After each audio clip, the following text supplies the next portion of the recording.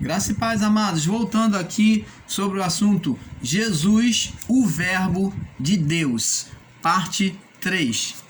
Então, amados, Deus, ele tomou a natureza humana, né? Foi chamado de Deus conosco, de Emanuel, por meio de Cristo. Ele tomou a natureza humana e por isso é que Jesus, né? Jesus, o Nazareno, Jesus Cristo, ele fazia todos aqueles sinais. Por quê? Porque era a própria natureza do Pai. Era a própria natureza do Pai. Como nós lemos aqui. Como Jesus falou para Filipe, né?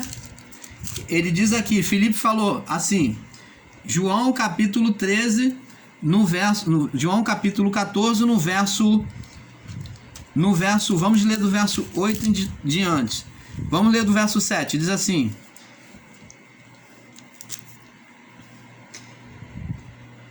Se me conhecesses a mim, conhecerias meu Pai, e desde agora o conheceis e o tendes visto.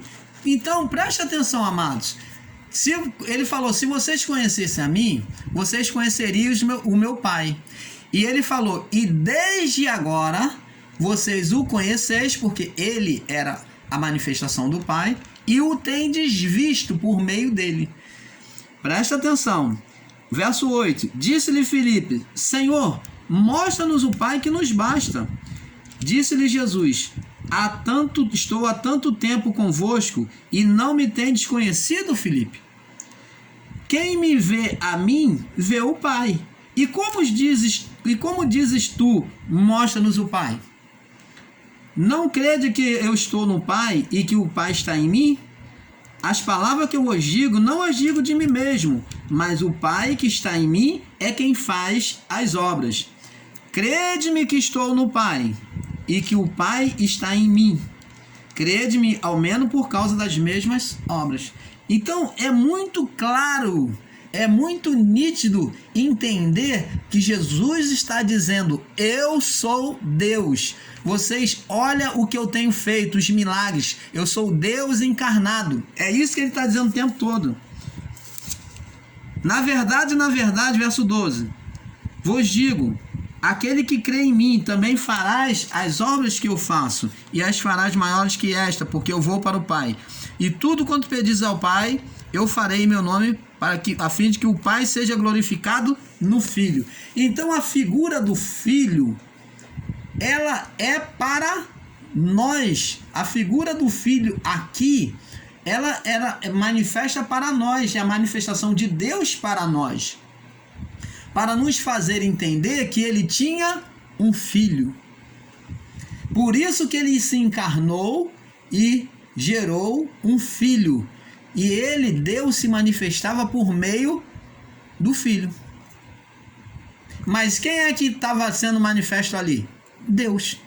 Deus quem estava curando, Deus quem estava ensinando, Deus quem estava fazendo sinais sobrenaturais, ressuscitando mortos. Deus que estava transformando água em vinho. Era o próprio Deus. Vamos lá.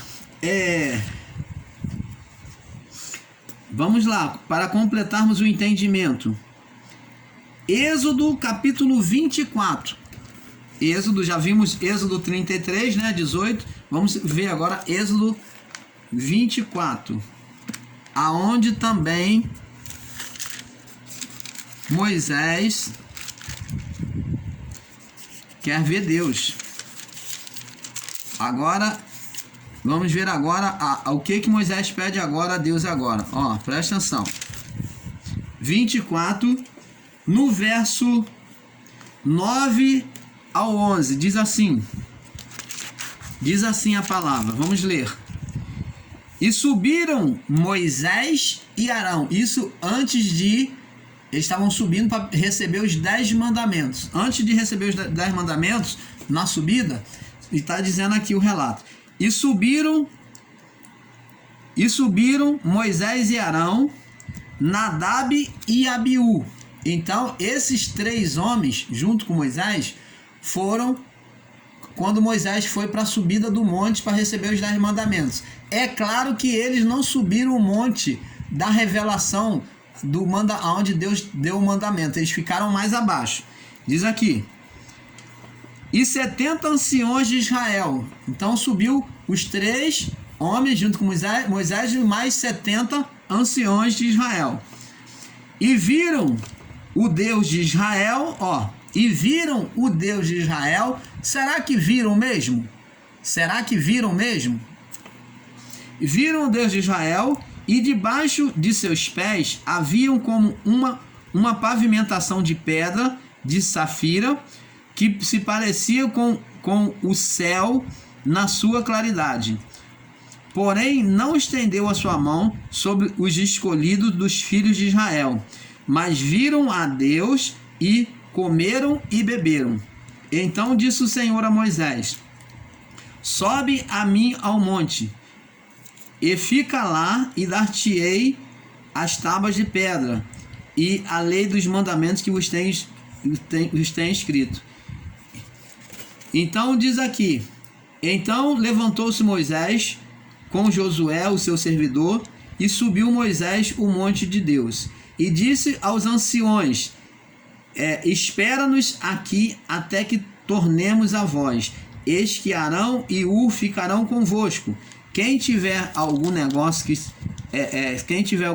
se chegará a eles. Tiver qualquer coisa para resolver, se chegará a eles. E subindo Moisés ao monte, a nuvem cobriu o monte, e a glória do Senhor repousou sobre o monte Sinai.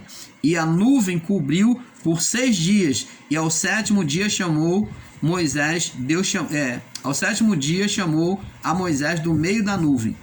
Então, preste atenção, amado. Esse daqui, eles viram uma manifestação da glória de Deus, mas eles não viram a Deus. Quando a palavra de Deus diz viram a Deus, está dizendo a manifestação da glória de Deus, e não a manifestação visível da face de Deus. Como a palavra de Deus diz, ninguém jamais viu a Deus. O próprio João diz: mas o Filho, seu Filho unigênito, é que o manifestou. Por meio de quem? Cristo. Entendeu? Vamos agora aqui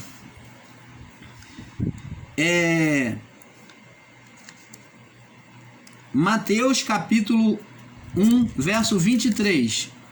Mateus capítulo 1. Mateus 1, no verso 23, que eu achei aqui.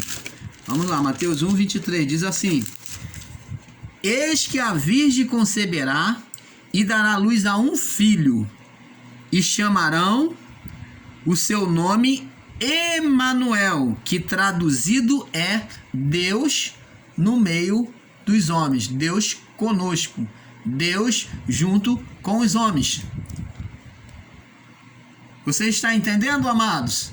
Então é a manifestação de Deus no meio dos homens. Então vamos lá. A existência, ela existe já por meio do Espírito de Deus, de Jesus, né, do Verbo, já por meio do Espírito. Vamos lá. Provérbio capítulo 22.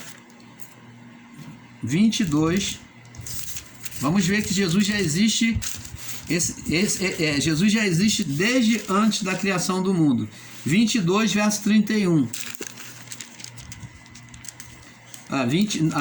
Provérbios 8.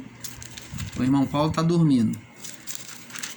Provérbios 8, 22 ao 31. Diz assim: o Senhor me possuiu no princípio dos seus caminhos, e desde então, e antes das suas obras, desde a eternidade, fui ungida desde o princípio, antes do começo da terra.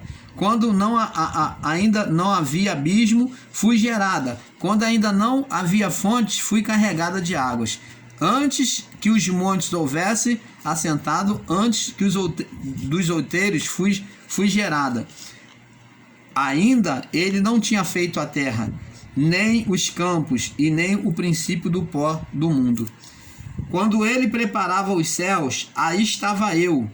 Quando ele preparava os céus, aí estava eu. Quando traçava os horizontes sobre a face do abismo, quando firmava as nuvens acima, quando tudo fortificava as fontes do abismo, quando fixava o mar e ao seu termo, para que as águas não transpassassem o seu mando, quando compunha os fundamentos da terra.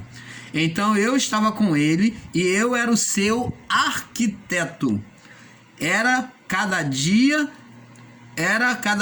das suas delícias, alegrando-me perante ele todo o tempo. Então, você vê, regozijando-me no seu mundo habitável, enchendo de prazer dos filhos dos homens. Então você vê que Jesus aqui, ele é representado pela palavra de sabedoria. Aqui está fazendo uma analogia, uma comparação com a palavra de sabedoria. Quem era essa palavra de sabedoria? Quem era esse espírito de sabedoria? Era o próprio Jesus, o Filho unigênito de Deus, que já existia desde a criação, o Espírito por meio do Espírito Santo. Então ele era o Espírito, ele era o Verbo, ele era a palavra de sabedoria. Então, amados, nós vemos aqui João capítulo 17, para nós terminarmos, completarmos esse vídeo. João capítulo 17 do 1. João 17,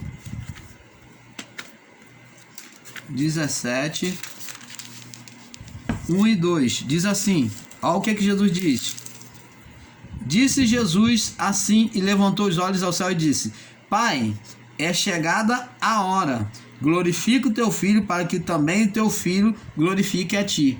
Assim como lhe deste poder sobre toda a carne, para que dê a vida eterna a todos quanto lhe deste. Então você vê que a autoridade de Deus estava na pessoa do Senhor Jesus. Toda a autoridade divina estava em Cristo.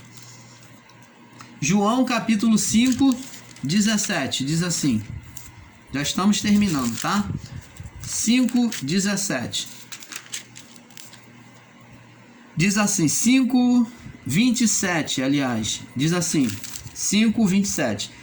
Deu-lhes o poder também de exercer o juízo, porque é o Filho do Homem. Então, amados, compreendendo agora que gostaria que você, o canal Luzes da Graça, gostaria que você compreendesse que Jesus, antes da criação, era o Espírito de Deus, estava como Espírito de Deus, ele é a existência de tudo, ele é a palavra da sabedoria, comparada à palavra da sabedoria, a sabedoria divina.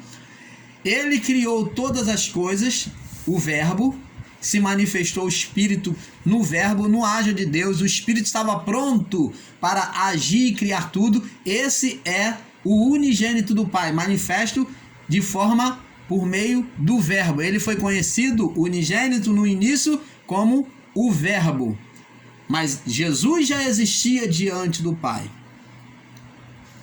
tá? Ele já existia como Verbo, não como Jesus, mas como o Verbo de Deus. Esse era o seu nome, o Verbo de Deus, era o nome do Espírito, Verbo de Deus. O Espírito tinha nome, era chamado de Verbo de Deus.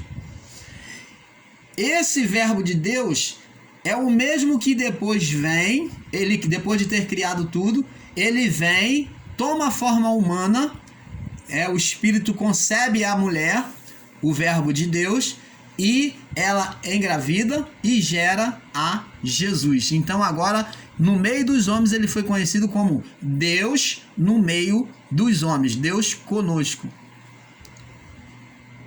Deus junto de nós, ou Deus em nós.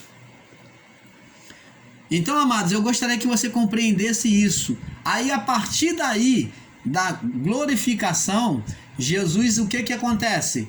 Ele recebe a sua igreja nos céus, recebe os espíritos que formam um corpo celestial, e ele assume como cabeça, ele cria uma imagem perfeita daquele corpo, uma imagem sem pecado, agora aqui sem ruga, sem mácula, sem condenação, uma imagem de seres espirituais que não vão morrer, não vão envelhecer, não vão nada disso, nada de sentença de morte. E que agora, nos céus, ele toma a imagem, ele é o cabeça, e forma a igreja. E ele gera filhos espirituais. Agora, nos céus, a imagem de Jesus existe.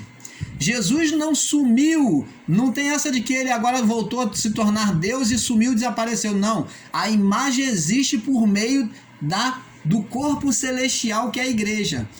Então Jesus agora ele tem a sua imagem junto ao Pai, glorificado com o corpo espiritual. Ele criou um corpo agora espiritual para ele como o Pai. Ele criou um corpo espiritual como o Pai que tinha um corpo espiritual. Ele era o Espírito, ele era a vida do corpo. Ele era o Espírito. Então ele criou como Pai um corpo para ele, que é a igreja, e gerou filhos espirituais por meio desse corpo. A igreja, chamada igreja, que era o corpo de Cristo, por isso que eles tiveram sofrimento, a qual Jesus disse como a mulher que está a ponto, a mulher grávida que está à beira do parto, né? Então ela terá sofrimento, né, de dores de parto. E esse sofrimento de dor de parto falava da igreja espiritual, que estava gerando filhos espirituais. Por isso é que os discípulos e apóstolos foram mártires, eles sofreram, eles foram torturados, decapitados. Isso significava a dor de parto para gerar filhos espiritual. Eles sofreram para que nós tivéssemos vida. A mesma coisa que Cristo fez de sofrer para que eles tivessem vida, os mártires, os apóstolos, eles também sofreram, foram decapitados, foram perseguidos, foram maltratados, foram encarcerados. Então eles tiveram dores de parto para gerar hoje a igreja espiritual, para gerar filhos espirituais, que somos nós, filhos de Cristo. Você está entendendo, amado? E com isso, amados, nós vamos ficando por aqui. E em outro tempo eu vou explicar sobre essa geração espiritual com mais nitidez para que você entenda sobre o sofrimento dos apóstolos. Eu vou estar falando sobre os mártires, tá bom? Vamos estar explicando detalhadamente sobre essa geração espiritual de filhos. Tá bom? Fique na paz e eu desejo o melhor de Deus para você, para a sua família. E eu espero que o canal Luzes da Graça esteja sendo bênção no seu entendimento, na sua vida. Paz para todos vocês.